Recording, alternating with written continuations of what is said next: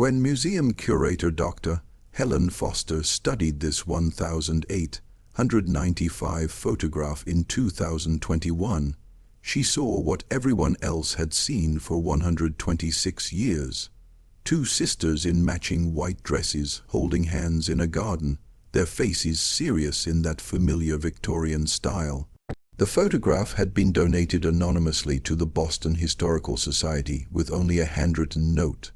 The Davies sisters, 1,895. May they finally rest. Helen nearly filed it away without giving it much thought. But then she noticed something strange about the smaller girl's hand. The way the fingers bent, the stiff and unnatural angle. She requested a high-resolution scan. What the restoration revealed helped Helen understand why this photograph had been hidden for more than a century, and why the note said, "Finally, rest." Before we explain what is truly in this photograph, subscribe now, because what you are about to learn will change how you look at every old family portrait. This is not just a picture of two sisters. It is a photograph of a promise that continued even after death. The photograph arrived at the Boston Historical Society on March 15, 2021, inside a plain manila envelope with no return address. Inside was a single sepia-toned photograph, about 5 × 7 inches, mounted on thick cardboard backing typical of studio photography from the 1890s. The image showed two girls standing in what appeared to be a garden. The older girl, about 10 or 11 years old, stood on the left. She wore a white Victorian dress with a lace collar and puffed sleeves. Her dark hair was pulled tightly back from her face. Her expression was serious, almost troubled. Next to her stood a smaller girl, maybe 6 or 7, also dressed in white.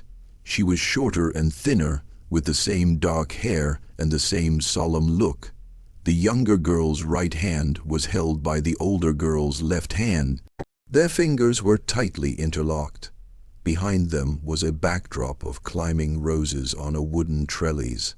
Soft afternoon light suggested the photograph had been taken outdoors, which was uncommon at a time when most portraits were made in studios with controlled lighting. At the bottom of the photograph, written in faded brown ink, were the words, "Lily and Rose Davies, June 1895. The note that came with it, written on modern paper in shaky, elderly handwriting, said only, "The Davies sisters, 1895. May they finally rest. I can't keep this any longer. Someone should know the truth." Dr. Helen Foster, age 52, had been curator of the photographic archives at the Boston Historical Society for 18 years. She had examined thousands of Victorian photographs. At first glance, this one seemed ordinary, just another formal portrait of children from a wealthy family, the kind found in archives all over the country. But something about it unsettled her. She couldn't immediately say what it was. Helen studied the photograph more closely using a magnifying glass. The older girl, Lily, according to the inscription, was staring straight into the camera. Her expression was hard to define, not fully sad and not angry, more like acceptance or quiet resolve. The younger girl, Rose, had her head tilted slightly toward her sister. Her eyes were also aimed at the camera, but they looked distant, almost dull. Her mouth was slightly open, and that was when Helen focused on the hand. Rose's hand, the one holding Lily's, looked wrong. The fingers were bent in an unnatural way. The skin tone seemed slightly different from the rest of her exposed skin, darker or stained in a way the sepia coloring did not fully hide. Helen took out her measuring tools and checked the photograph's size and mounting style. Everything matched photography methods from 1895. It was not a modern fake. Still, there was something deeply unsettling about it that she could not yet explain. She decided to have the photograph digitally scanned at the highest resolution available.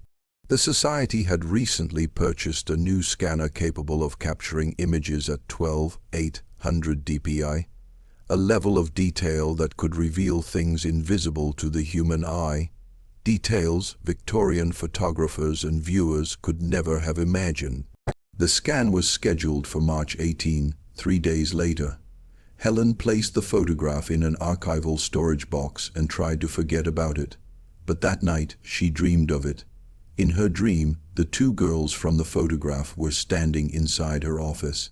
The older girl, Lily, was silently crying. The younger girl, Rose, stood completely still, not blinking, not breathing. Lily kept whispering the same words again and again. I promised I would never let go. I promised. The high-resolution scan took 4 hours to finish. Helen stood in the Society's digital lab beside Marcus Chen, the imaging specialist, as the photograph slowly passed through the scanner's sensors. The machine captured not only the visible image, but also infrared and ultraviolet information that could expose hidden details, damage, or changes invisible under normal viewing. When the scan was complete, Marcus loaded the file onto his workstation. The image appeared on a large 4K monitor in sharp, unsettling detail. Every grain of the photographic surface was visible, every tiny scratch on the mount, every fiber in the paper. Let's begin with a basic examination, Marcus said as he zoomed the image to 200%. The photograph is genuine, clearly from the 1890s based on the paper makeup and the type of emulsion. There are no signs of modern editing or forgery. Helen leaned closer to the screen. Can you focus on the younger girl's hand? Marcus zoomed in on Rose's right hand, the one holding Lily's.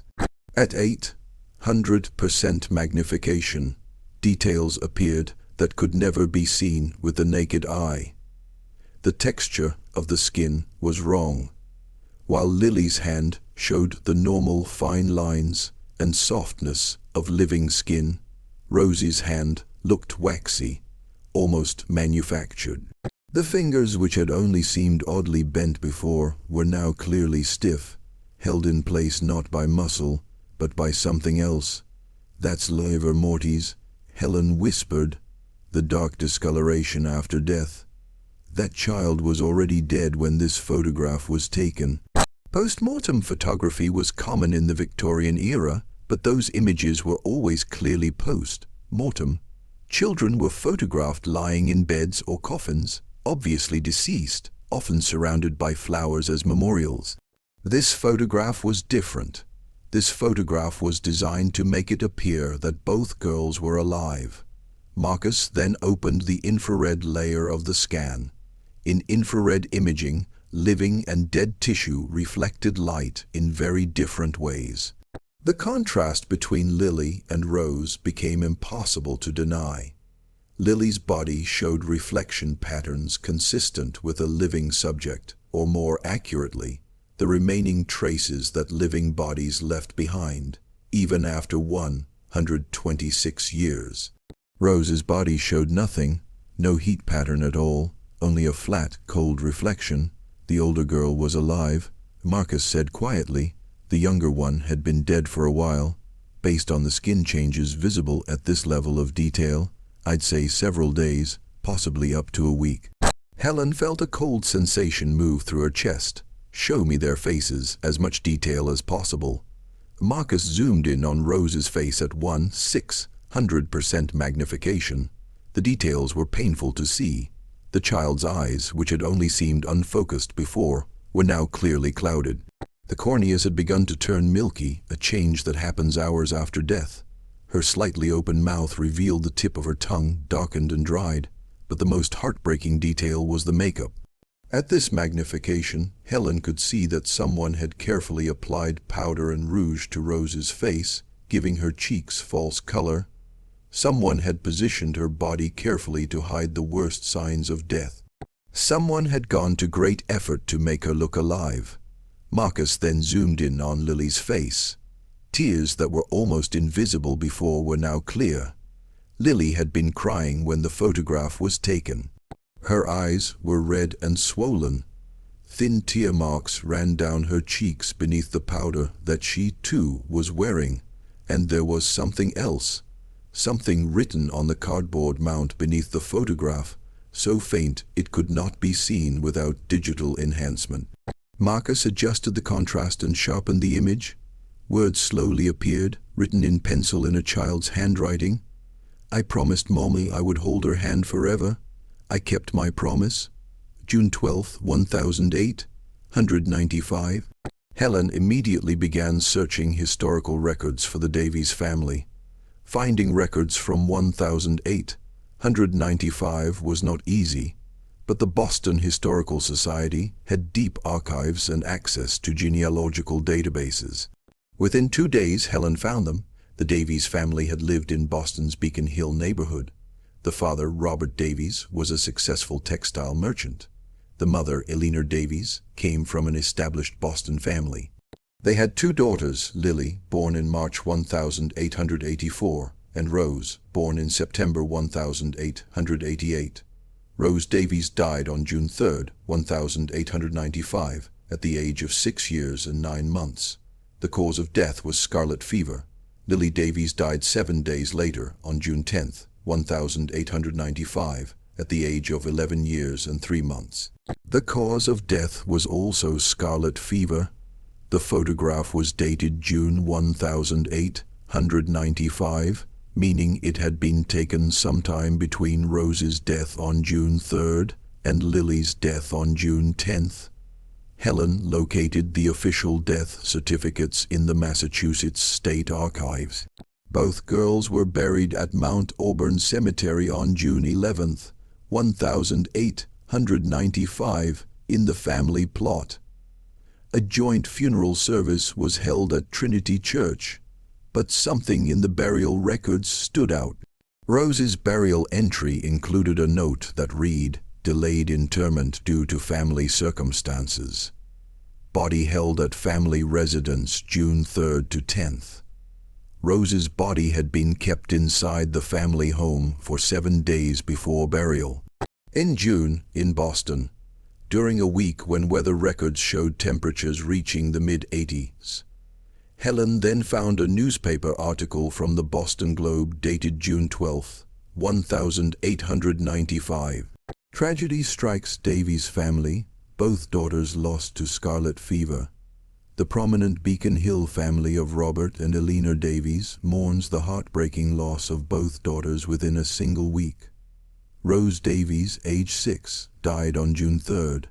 Her sister Lily, age 11, became ill shortly after and passed away on June 10th. Sources close to the family later reported that Lily refused to leave her sister's side during her illness and insisted on staying with her even after Rose died. The joint funeral was held the previous day at Trinity Church.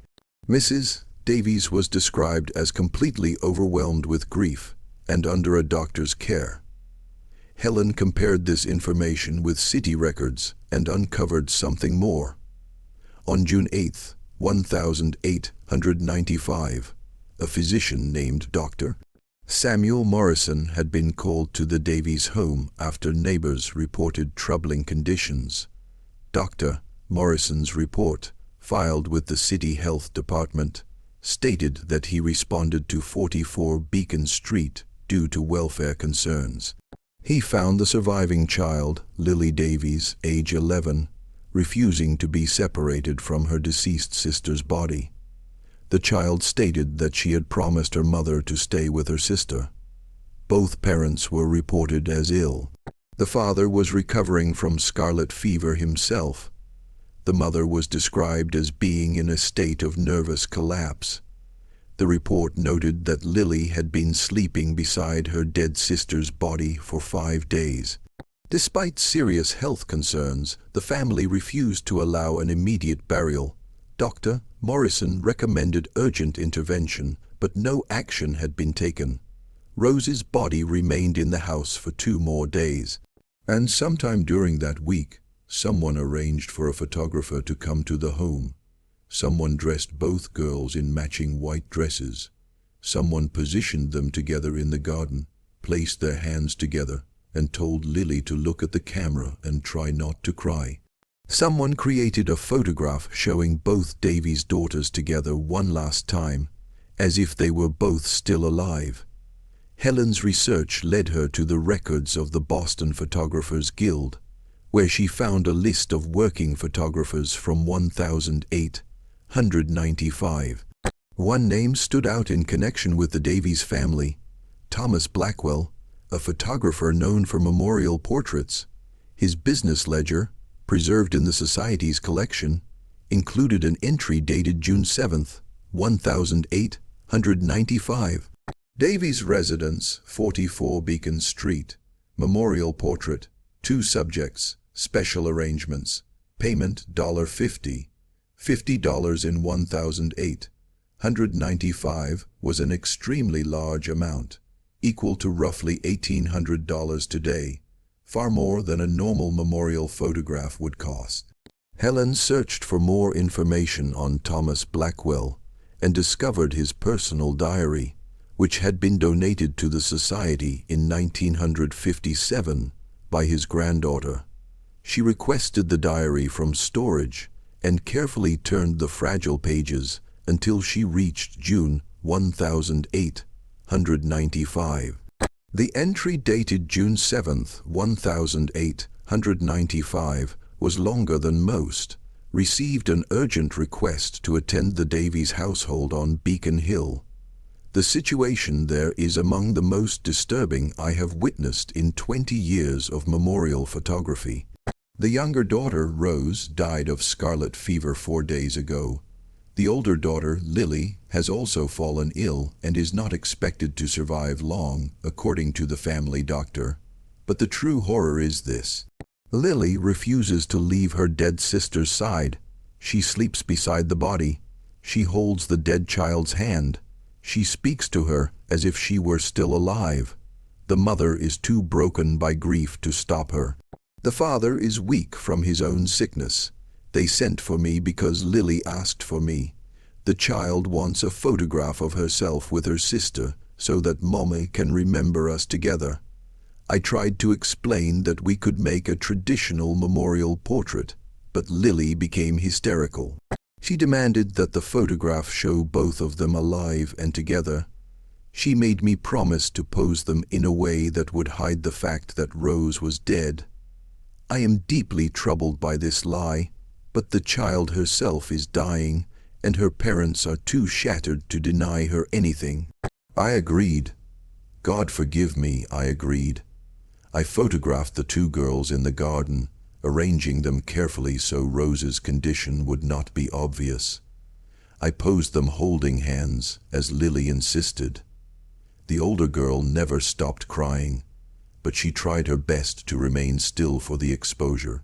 She whispered to her sister the entire time, telling her to stay calm, to stay still just a little longer. The younger girl, of course, did not move at all. I finished the work in 30 minutes and left as quickly as I could. The father paid me twice my usual fee and begged me never to speak of this. I will respect that wish, but I will never forget the sight of that living child gripping her dead sister's hand, trying so desperately to pretend that everything was normal, trying with all her strength to keep a promise she never should have been asked to make. Helen leaned back in her chair, her hands shaking. The photograph suddenly made a terrible kind of sense. This was not a trick meant to deceive strangers. It was a gift from a dying child to her grieving parents. A lie born from love. A final attempt to give them one memory that was not completely soaked in tragedy. Lily had known she was dying. She knew this photograph would be the last thing she ever did. And she used it to create a moment frozen in time, where both Davies' daughters were together, alive and whole. Lily Davies died 3 days after the photograph was taken. Helen found her death certificate and medical notes. The attending physician, Dr. Samuel Morrison, wrote, "Patient declined rapidly following prolonged exposure to deceased sibling. Scarlet fever complicated by exhaustion and grief. patient refused all food and water during the final 48 hours. Last recorded words, I kept my promise. Lily was buried beside Rose on June 11, 1895. The shared funeral was attended by more than 200 people. The Boston Globe reported that Eleanor Davies, the girl's mother, collapsed during the service and had to be carried out of the church. Helen searched records to learn what happened to the parents after their daughters died. What she found was devastating. Eleanor Davies never recovered from the loss. She was admitted to Milan Asylum in August 1895, diagnosed with acute melancholy and nervous exhaustion. She spent the remaining 12 years of her life there, mostly silent and withdrawn, staring at a photograph she kept in her room. According to asylum records, it was a picture of her two daughters in white dresses, holding hands. The same photograph Helen was now studying. Robert Davies sold the Beacon Street house in September 1895. He moved to New York and tried to start over. He remarried in 1899, but the marriage did not last. His second wife eventually left him, citing his constant fixation on the dead. Robert Davies died in 1904 at the age of 49 from heart failure.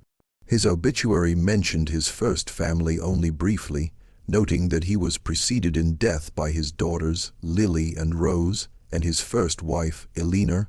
But the photograph's story did not end there. Helen traced its path through time. After Eleanor's death in 1907, her few belongings were sent to her sister, Margaret Hartwell, who had been distant from Eleanor during her life. Margaret saw the photograph once and immediately understood what it showed. She wrote in her diary, Eleanor kept this photograph in her asylum room for 12 years. She would stare at it for hours, whispering to her girls, I understand now. Lily is alive in this picture, but Rose is already gone. Eleanor was looking at the moment in between, the moment when she still had one daughter left, trying to pretend she still had both. It is the cruelest kind of comfort. I cannot keep it. It hurts too much, but I cannot destroy it either. It is all that remains of those poor children. Margaret placed the photograph in a trunk, where it stayed for 50 years until her death in 1957. Her daughter, Catherine, inherited it and kept it hidden, never showing it to anyone. Catherine died in 1998, and the photograph passed to her son, James Hartwell, who was 73 at the time. James was the one who finally sent it to the Historical Society in 2021. Helen managed to find him through genealogical records and spoke to him by phone. I'm 94 years old, James told her, his voice weak but steady. My mother told me about that photograph when I was young. She said it was cursed, not by magic, but by love. She said it showed what love becomes when it refuses to let go, even when letting go is the only kindness left. I've carried that photograph for 23 years since my mother died. I'm dying now, cancer. I don't want my children to inherit this weight. Let history keep it. Let someone else remember those girls. He died 2 weeks after sending the photograph. His obituary made no mention of the Davies sisters or the image. Dr. Helen Foster presented her findings to the board of the Boston Historical Society in April 2021. The response was divided. Some believed the photograph should be displayed as an important historical artifact, showing Victorian views on death and childhood. Others felt it was too disturbing, too personal, and too painful to be shown publicly. Helen argued for a compromise: preserve it, document it, but limit access. Make it available to researchers, not as a casual exhibit. Treat the history with respect. The board agreed. The photograph was catalogued, digitally preserved, and placed in the Society's restricted archives. A detailed historical file was created containing everything Helen had uncovered about the Davies family. Still, Helen could not stop thinking about one detail: the hidden inscription. I promised Mommy I would hold her hand forever. What promise had Lily made? When Helen returned to the medical records, she noticed something she had missed before. Rose Davies had been sick for 3 weeks before she died. During that time, according to Dr. Morrison's notes, Lily had refused to leave her sister's bedside. In a note dated May 28, 1895, 6 days before Rose's death, Dr. Morrison wrote, "Elder sister Lily has contracted scarlet fever, but insists on remaining with younger sister Rose despite risk to her own health. When I attempted to separate them, Lily became hysterical. She claimed she promised Mama she would hold Rose's hand until everything is better. Mrs. Davies in her distress has allowed this. I fear both children will be lost." The promise had never been about death. It had been about comfort. Eleanor Davies, watching her younger daughter suffer, had asked Lily to hold Rose's hand, to comfort her, to stay with her until everything was better. Lily had taken those words literally. She held Rose's hand while she was sick. She held it when Rose died. She held it for 7 days afterward, and she demanded a photograph that showed her keeping that promise, even though better would never come. Helen later discovered one final document that made her cry. A letter written by Eleanor Davies while she was in Milan Asylum, dated 1901, found in the asylum's archives. "My dear Lily, I should never have asked you to make that promise. You were only a child. You took my careless words and turned them into a duty that cost you your life. You stayed with Rose when you should have run. You breathed the same air as your dying sister. You exhausted yourself caring for her, and when she died, you could not let go because you had promised me. You died because of a promise you never should have been asked to keep. I live in torment every day knowing I lost both my children, Rose to illness and you to love. This photograph haunts me because it shows the exact moment of your sacrifice, you standing there already dying, pretending for my sake that everything was normal, pretending for my sake that Rose was still alive, creating one last beautiful lie because you loved me too much to let me remember only pain. I am sorry, my sweet girl. I am so very sorry. Please forgive me, please rest." The letter was never sent. It was found in Eleanor's room after her death, addressed but never sealed. The photograph remains in the archives, a reminder of a promise kept at an unbearable cost. A memorial not to death, but to the terrible weight of love. When Helen looks at it now, she does not see deception. She sees a child trying to shield her mother from a truth too painful to face. She sees devotion that crossed the boundary between life and death. She sees what love becomes when it refuses to surrender, even to fate, even to mercy, even to peace. The photograph stays sealed in the archives. Some loves are simply too painful to display. Subscribe for more hidden stories behind history's most heartbreaking moments.